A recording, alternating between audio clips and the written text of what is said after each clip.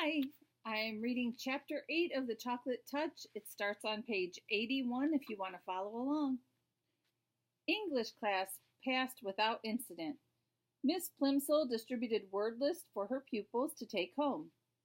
The more words you know, she explained as always, the more exactly you can think. There were some difficult new words, John noticed. Avarice, indigestion, acidity, unhealthiness, moderation, digestibility. As Miss Plimsoll explained the meaning of each one, it seemed to John as though they all had a special bearing on his present uncomfortable condition. At last the bell rang. "Very well, class," Miss Plimsoll said. "Time for outside activities. Good afternoon." "Good afternoon, Miss Plimsoll."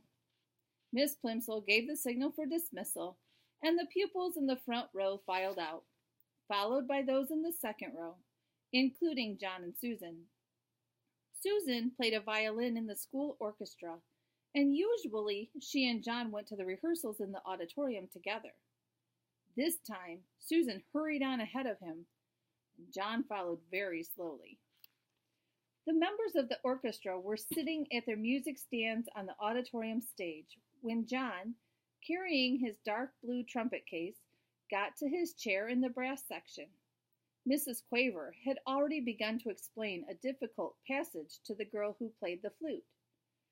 "Just after Jay sings, 'Nestlings chirp and flee,'" she was saying, "you come in with your trill, 'doodle oodle oodle oodle oo.' Do you see the place on your score? Good." "Ah, John," Mrs. Quaver exclaimed, seeing him in his place, "I'm glad you're not absent. As I have just told the others this afternoon, we're having the first joint rehearsal of my arrangement of A Boy's Song by James Hogg. We've been over all the individual parts and all the sections, you will recall. Now it's time to fit the pieces together." John nervously opened his trumpet case and took his shining golden trumpet from its bed of scarlet velvet. The beautiful new instrument gave him confidence. He worked the valves nimbly with his fingers and looked up at Mrs. Quaver again. "Now, John," she said, "tell me when your little solo begins." "Right after the end of the second verse," John promptly replied. He had practiced his part every evening in the basement at home for the last 2 weeks. He knew every note perfectly. After the line, "That's the way for Billy and me." "Good," Mrs. Quaver said. "And don't forget what I told you, John. This is a happy song. I want you to play ta-ta, ta-ta, ta-ta, ta-ta, ta, simply repeating the rhythm of the voice. And I want you to be light and lively. This is supposed to be the song of a boy who loves romping in the country."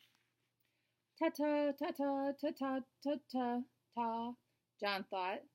That shouldn't be too difficult, even with the whole orchestra listening to him. He had played it over and over again at home, but he would have to try extra hard here. This was to be his first solo. Everyone else was depending on him to play it properly.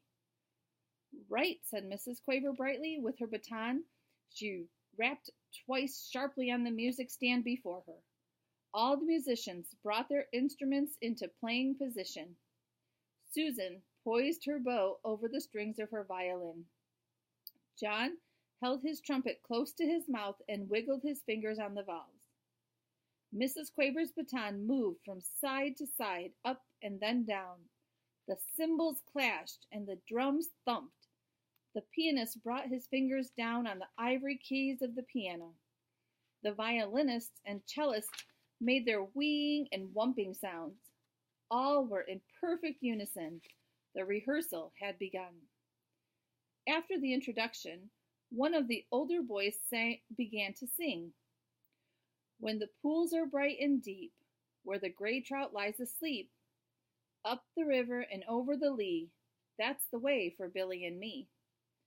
After the last line of the first verse, John's fellow trumpeter echoed the rhythm of the singer's voice. Ta-ta, ta-ta, ta-ta-ta-ta.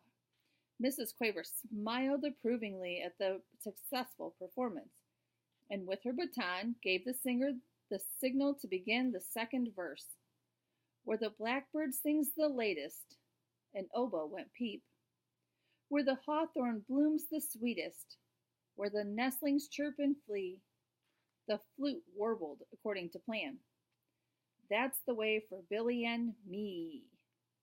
John swallowed with an effort and put the mouthpiece of his trumpet to his lips for his solo. The mouthpiece instantly changed to chocolate. Then, almost as fast, the chocolate spread along the instrument, changing all the flashing gold into dull brown. The first note came out fairly true, ta, but chocolate trumpets cannot withstand much pressure. The hole in the mouthpiece softened and clogged up, and the valve stuck as John desperately tried to finish his part.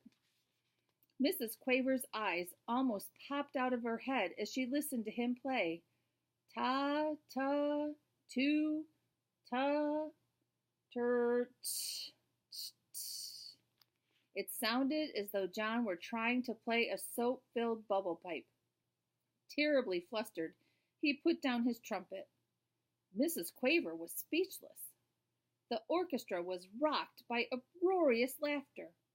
The other trumpeter leaned over toward John's chair and picked up the trumpet. "It's a chocolate trumpet!" he shouted derisively.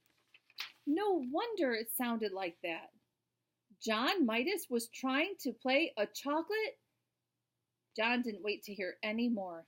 He fled from the stage and out to the playground, without stopping even to look around.